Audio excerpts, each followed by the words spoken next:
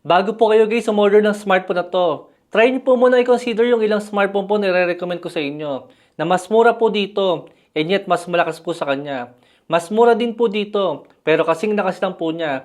Tapos yung isang smartphone nga po, kasing presyo lang niya pero mas malakas po ditong literal guys. Tapos yung isang smartphone pa po na i-recommend ko sa inyo, literal po nakakainin ng buhay. Itong si GT50 Pro ngayon. Alam ko nasa isip nyo guys, ito pong si Poco X8 Pro Max. Guys, hindi po si Poco X8 Pro Max yung tinutukoy ko na mas maganda po dito. Guys, sa tingin ko, mas maganda rin po dito yon yung bagong smartphone na sabihin ko sa inyo. Mamaya po malalaman nyo. Umpisahan po natin sa may obvious. Kung gusto nyo po na mas malakas sa may GT50 Pro, lalo kung hindi naman sa inyo mahalaga yung mga gaming features na po ni Infinix, I think mas okay po na piliin natin si Poco X8 Pro 5G. Nasa kulang 20,000 lang po yung presyo niya. Mas malakas po siya sa may gaming compare nga po kay Infinix. Maganda rin po yung build quality natin at mas maganda pa yung kanyang display. Maybe makukulangan po kayo sa kanya dahil medyo maliit nga po siya na 6.5 inches lang. Pero guys, hindi po siya pwedeng maliitin dahil marami po siyang specs na lamang nga po kay Infinix para sa mas murang presyo lang. Tapos nagse-sale pa nga po siya ng around 16,000 lang.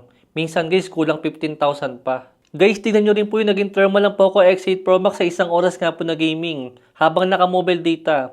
Umabot siya ng 45 degrees Celsius. Compare nga po kay Infinix na umabot po ng 47.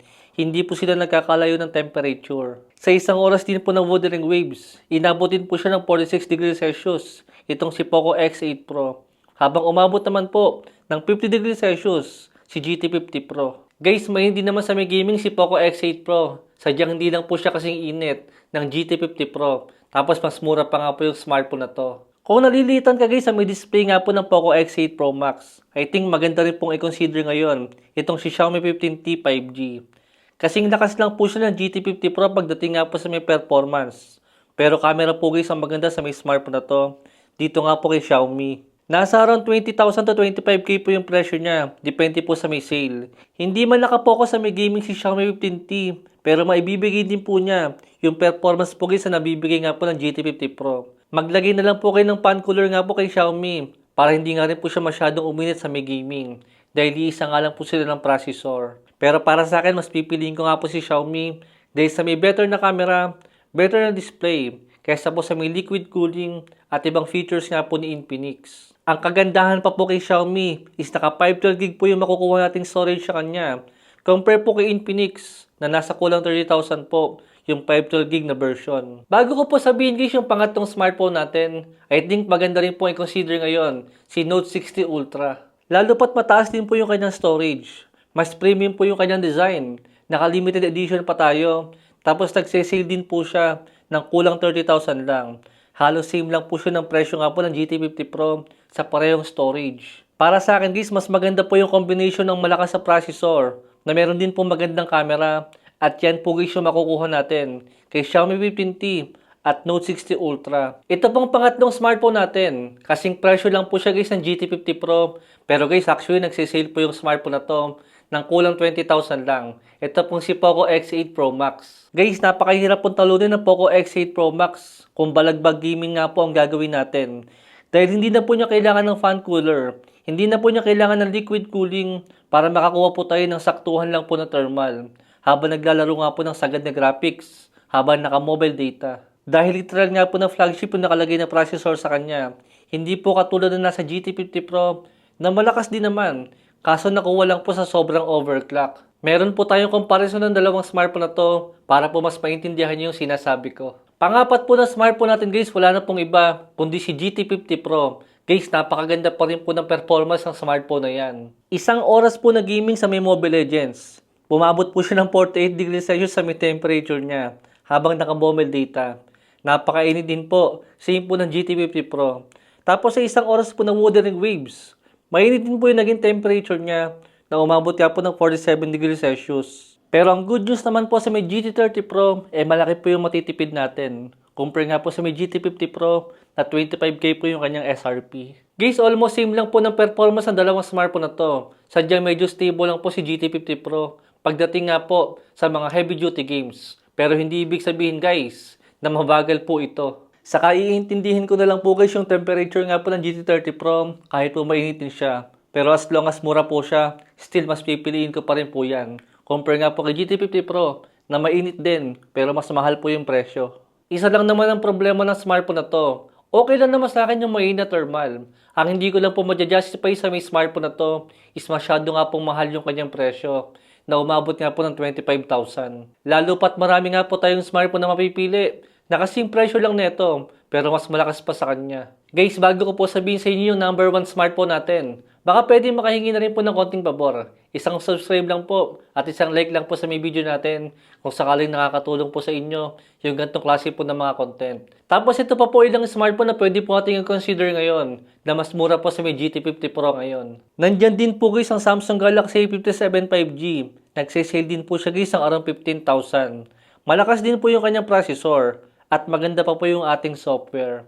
Hindi man gaming phone to, pero mabibigyan din po tayo niyan ng magandang performance. Ganon din po guys ang Tecnopova 7 Ultra. Kulang 15,000 din po siya, pero kasing lakas po yan ng GT30 Pro. O kaya si Poco X7 Pro 5G. Nag-sale din po ito guys so nakaraan ng around 12,000 lang.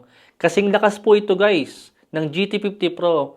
Wala nga lang po siya mga gaming features. Pero ang good thing naman, mas malamig po yung thermal ng Poco X7 Pro dahil nga po mas optimized na siya. O kaya guys, pwede nyo rin po i-consider ang Note 50 Pro Plus 5G. Maganda rin po yung combination ng kanyang specs dahil po sa mas better na build quality. Meron po siyang metal frame, saka po glass back. Malakas din po siya sa may gaming. Mas maganda rin po yung kanyang camera at higit sa lahat, mas mura din po yung kanyang presyo. Lalo pa guys kung titingin po tayo ng mga smartphone sa mga China ROM nga po, tapos po sigurado ang karir ng GT50 Pro. Pero syempre hindi po ako magbabanggit ng China ROM dito. Baka magalit po yung iba dyan. Bakit ko daw po kinumpare yung China ROM, saka po yung global version. Pero alam ko marami po sa inyo, napipiliin din po yung mga China ROM compare po sa mga smartphone na binanggit ko rito. Lalo po kay GT50 Pro. Ngayon guys, ito na po yung number 1 smartphone natin na sa tingin ko mas ma-appreciate po natin ngayon. Actually, hindi ko nagawa ng review ang smartphone na to, pero nagamit ko po siya. Hindi ko nagawan guys ng review ang smartphone na to dahil hindi ko nga po alam yung itatapi ko sa kanya. Dahil wala pa po akong basihan sa ibang gaming phone nga po na lalabas ngayong taon. Dahil nauna po itong nilabas, compare po kila Poco sa kila Infinix. At ito nga po guys ang Red Magic 11 Air.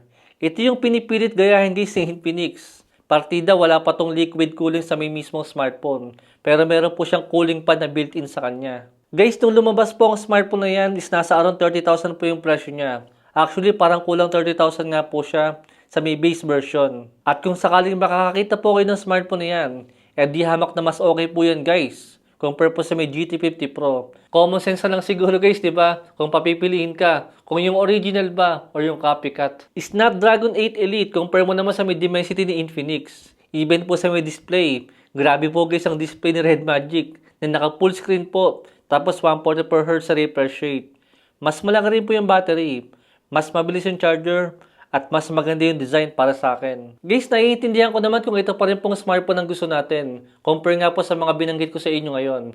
Pero I suggest po, mas okay po guys. Nahintayin po muna natin yung pinaka-official release date nga po ng smartphone na to. Pagka po official na siya, sa may Shopee po saka sa may Lazada. Malay natin, ngayong pong June 10 na paparating, is magbigay po si Infinix ng malaking discount nga po sa may smartphone na to ng kulang 20,000 lang. At para sa akin guys, para po sa may ganung presyo, marirecommend ko na po sa inyo itong si GT50 Pro. Sadyang namamahalan lang po talaga ako sa may 25k nga po na SRP niya.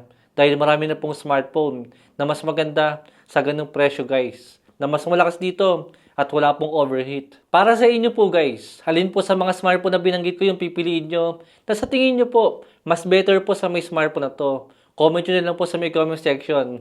Diyan na lang po natin pag-usapan. Yun lang po guys. Thanks for watching.